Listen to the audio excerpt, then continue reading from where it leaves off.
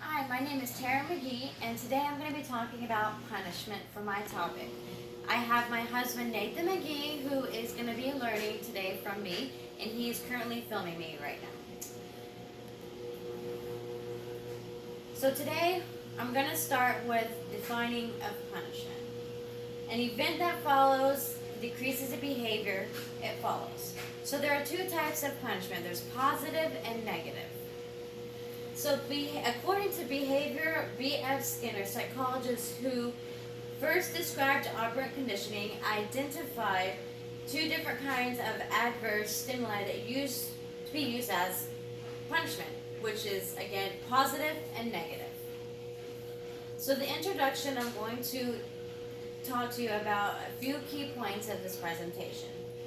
So, positive punishment and positive reinforcement is what I'm going to start with.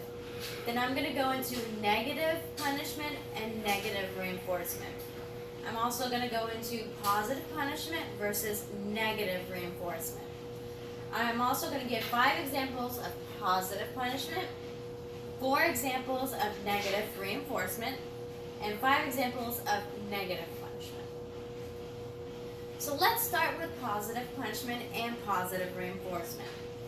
The definition of positive punishment is something that is added to the mix that makes the behavior less likely to continue or occur.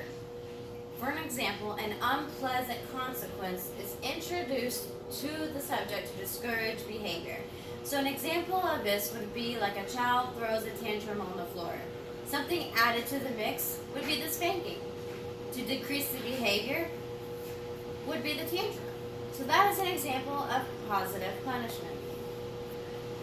So positive reinforcement is a little bit different. So positive reinforcement is something that is added to the mix that makes the behavior more likely to continue or reoccur. So a pleasant experience or pleasant consequence is introduced to subject to encourage that good behavior. For example, when you take a child to the grocery store and you give that child an ice cream cone, what you're doing is you're doing a positive reinforcement. You're encouraging the child to have good behavior. Because they are being quiet and listening, you're giving them the ice cream cone, which is the reinforcement. And hopefully the child will understand that because the child is being quiet and listening, that with the ice cream cone, the next trip that he goes on to the grocery store, he will understand that he will be quiet during the next shopping trip. So the next one I'm going to go over is negative punishment and negative reinforcement. Negative punishment is something that is taken away from the mix and makes behavior less likely to recur, and something unpleasant that is removed from the subject to discourage behavior. So a good example of a negative punishment would be my son Tobias really likes movie time before bed. So what we would do is if he is acting up with his teachers or school or his parents that day, we will say, hey Tobias, you're not getting a movie tonight because you did not listen to your teachers or your parents. So that means he'll go to bed with no movie that night. That is a negative punishment because we are discouraging his behavior of acting out towards his parents and his teachers. So negative reinforcement is something taken away from the mix that makes the behavior more likely to continue or reoccur. Something unpleasant that is removed from the subject to encourage good behavior.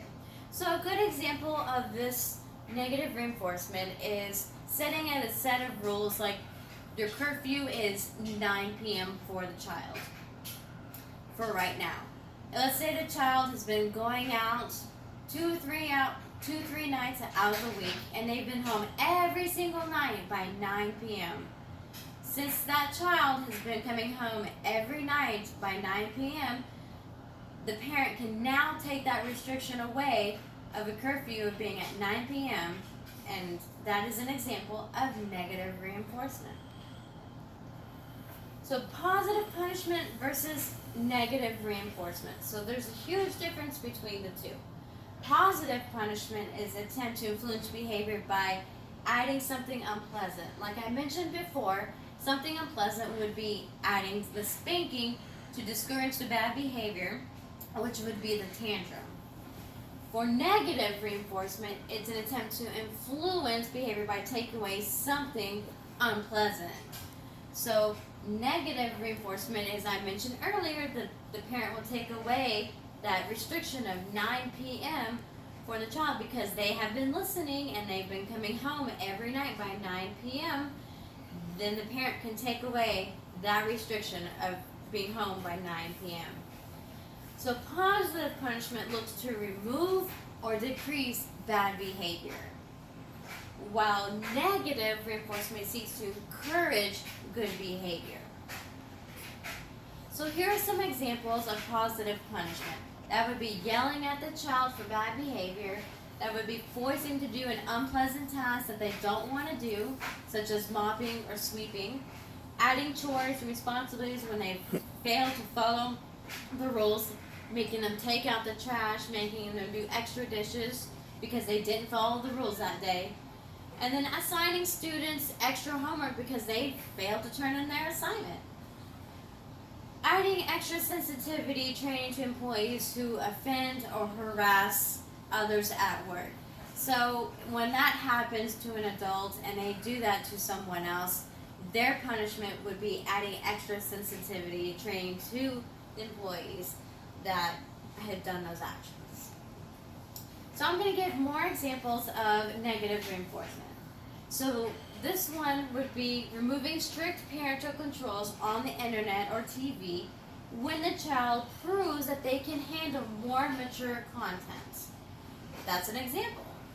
Allowing the child to go out without a chaperone or a parent when the child stops pushing the buttons or the boundaries of the parent's rules. So when they are listening and they're not pushing the boundaries, they are allowed to go out without a parent or a chaperone. Removing the curfew as a teenager's proven that they are responsible and practice common sense. Removing responsibility for a household chore in order to reward a child for completing other chores to their satisfaction. So let's say Tobias had finished doing the dishes. He had finished taking out the trash and had mopped. So I had other tasks for him to do. Because he had finished those other tasks to my satisfaction, I will say, okay, you don't have to do the remaining tasks. That will be an example of negative reinforcement. So some examples of negative punishment would be like refusing to share with others. What that means is that the parent will take away that toy to let the child or children understand that because they can't share the toy between the two, that the toy will be taken away. Not helping around the house. This is something that can be done, like, for example, if they're not helping out doing dishes, chores, or any of that, the parent can take away the Wi-Fi or withhold the Wi-Fi password until that child learns to do the chores around the house. Then the parent can give that child access to it. Someone's got a potty mouth. This is another example of negative punishment. We all do it. I do it. My husband does it. Everybody does it. What you can do with this when the child is using a potty mouth or they're saying a 4-letter word that you don't want them to say, you can implement a swear jar for them and for the parents too. If they mess up, they can add to the jar as well. That could be an example of a negative punishment. Child being disrespectful. This is one that happens all the time. I know my son does it. It happens to everybody. So when a child is being disrespectful, you can place them in timeout. This will be a good way for them to understand that when they're not listening and they're being disrespectful, you put them in timeout. And if they continue to escalate, then you continue to put them in timeout. When the child has a tantrum, this one, what you can do is you can tell the child, wait 5 seconds, stop, do it again, wait 5 seconds, stop, and if they continue to do it, you can push them into timeout. You don't want to sit there and talk to the child, you just want to act out and just put them in timeout, because when they're in that state, in that tantrum, they're not going to want to talk to you.